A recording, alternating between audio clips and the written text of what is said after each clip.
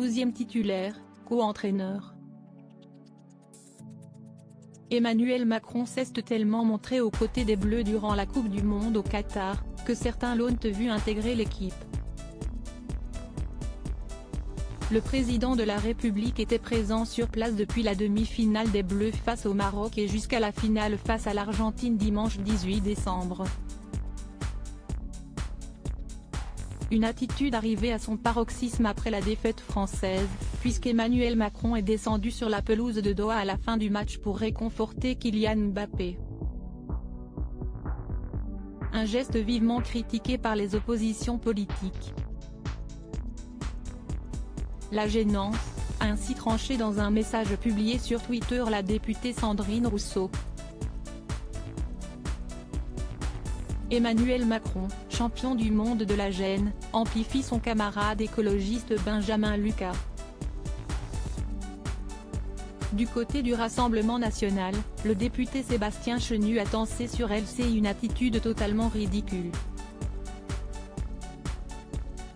C'était un peu consternant de le voir hier s'accrocher comme un crampon à Mbappé, dit-il. Le premier secrétaire du Parti socialiste, Olivier Faure, quant à lui, dénonçait un moment inopportun et malaisant. Tous y voient une tentative de récupération politique de la popularité des Bleus. Mondial 2022, Emmanuel Macron, Jacques Chirac.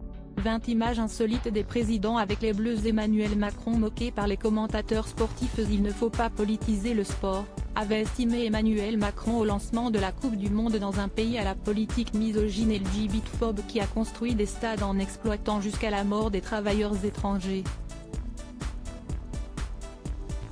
Il ne faut pas politiser le sport, a repris sur Twitter, et non sans ironie, le nouveau chef de la France insoumise Manuel Bompard, moquant lui aussi l'attitude d'Emmanuel Macron avec les Bleus. Et les politiques ne sont pas les seuls à s'agacer de l'attitude du président de la République.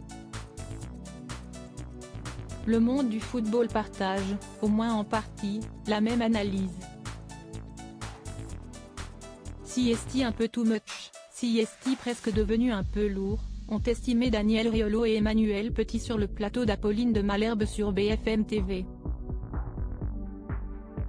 Crédit photo, Philippe Perrusso.